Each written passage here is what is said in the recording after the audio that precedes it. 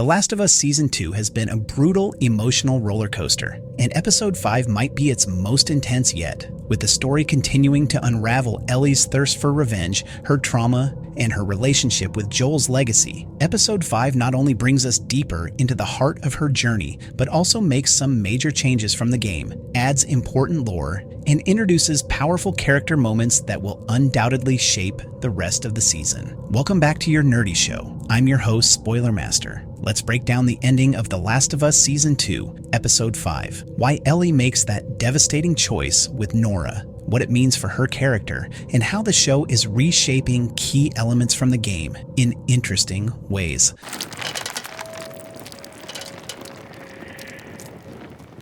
Ellie, Dina, and Jesse's dangerous mission. Episode 5 begins with Ellie and Dina pushing deeper into Seattle in search of Abby and her WLF allies. The episode picks up after a flashback scene, another emotional glimpse into Ellie's past, and quickly throws the duo into danger. Their overconfidence is short-lived. Thinking they have the upper hand while searching the Lake Hill Hospital, they're ambushed by a horde of stalkers. Just when things seem lost, Jesse unexpectedly shows up and saves them. Jesse's arrival isn't just a dramatic save. It also changes how the timeline unfolds compared to the game. In the original The Last of Us Part 2, Jesse leaves Jackson after Ellie, not before. But in the series, Jesse and Tommy head out to Seattle together, then split up in the city. Jesse tracks Ellie and Dina down via their triangulation at the theater. After their narrow escape, however, they're quickly thrown into more chaos. The WLF picks up on the gunfire from the stalker attack and chases the trio into a nearby park. There, things take a deadly turn. Not only are they being hunted by WLF soldiers, but they also encounter Seraphites, Seattle's violent religious cult. The Seraphite chase, and Dina's injury. During this high-stakes pursuit, Dina gets hit with an arrow in the leg, an injury that leaves her unable to run. Ellie, in a split-second decision, chooses to draw the Seraphites away to save Dina and Jesse. This moment perfectly captures how Ellie's loyalty to her found family is still intact, despite her descent into violence. She gives Jesse one job: get Dinah back to the theater. Whether they make it is unknown, but the theater remains their intended destination. This scene is significant not just for the action, but for how it highlights the growing toll this mission is taking on everyone. Ellie's anger has put them all in danger, and it's not just her who's paying the price anymore.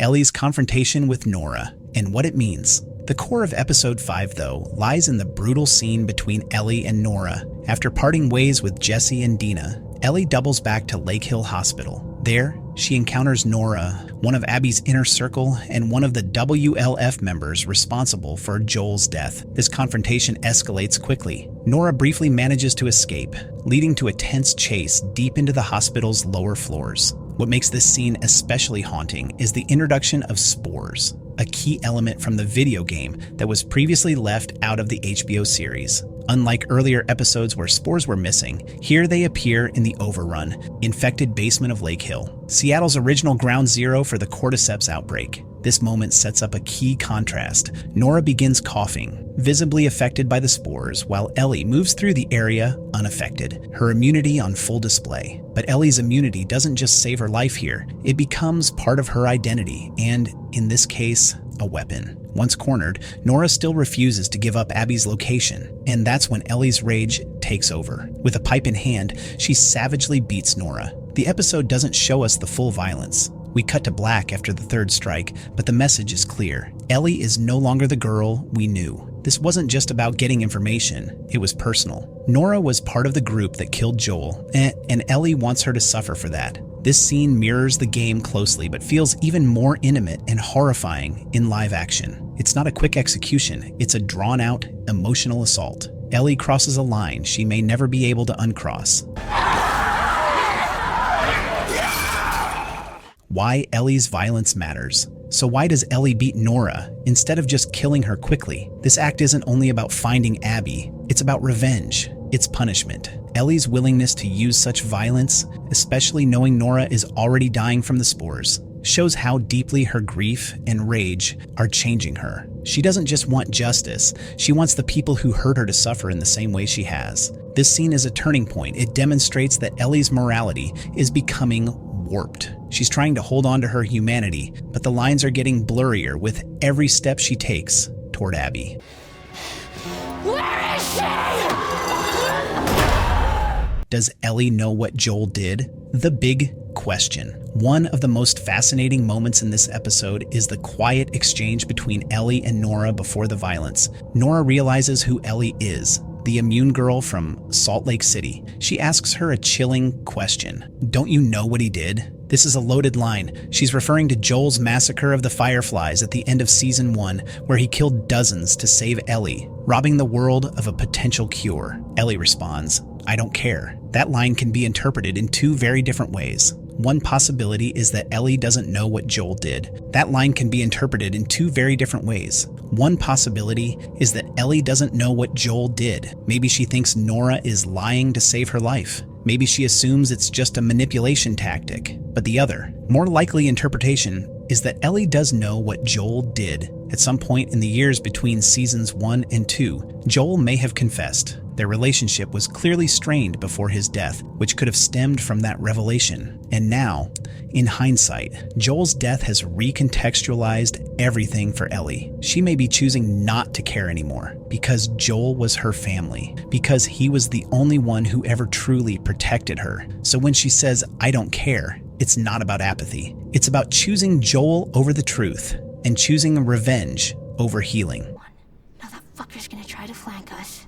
So I say we flank him. The return of Spores, and what that means for the show. One of the biggest surprises this episode is the long-awaited introduction of Spores, a central mechanic from the games that Season 1 left out entirely. In the game, Spores represent the ever-present threat of infection and force characters to wear gas masks regularly. The show originally omitted them for both creative and practical reasons, but now they've been brought in, albeit in a limited way. According to the episode, spores are only found in specific locations, like the deep sealed-off basements of hospitals that were early outbreak zones. In this case, Lake Hill was Seattle's ground zero. That makes sense from a world-building perspective and allows the show to include spores without having to redesign every environment. It's also a clever way to reintroduce the idea that Ellie's immunity is more than just a narrative device. It's a visual and physical symbol of her difference. While others choke and panic in the spores, Ellie moves freely. That's a powerful image.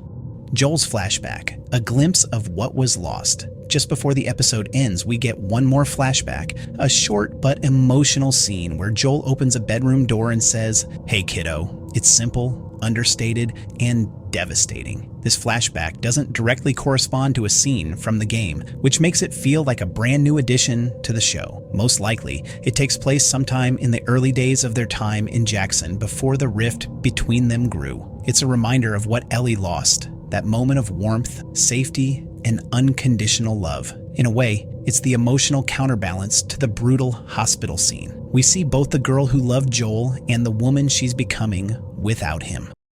She's okay. I was watching. They didn't fight her. Jesse, I swear. Our nerdy thoughts. By the end of episode 5, Ellie is alone again. Jesse and Dina are presumably back at the theater, though we don't see them. Abby is still missing, and Ellie is deeper than ever in her pursuit of revenge, now with blood on her hands and more emotional scars than ever. The introduction of Spores, the change to Jesse's arrival, and Ellie's growing brutality all point to a season that's diverging from the game in meaningful but respectful ways. While the show is keeping the emotional core intact, it's giving the story new layers and more time for characters to breathe, evolve, and break. Episode 5 has set the stage for the final confrontations. Ellie has crossed a line. The cost of revenge is climbing, and the shadow of Joel's choices still looms large. But now, it's your turn. What did you think of Ellie's confrontation with Nora? Do you believe Ellie really doesn't care about what Joel did? Or is she just burying her pain under layers of anger? And what do you make of the show finally introducing spores?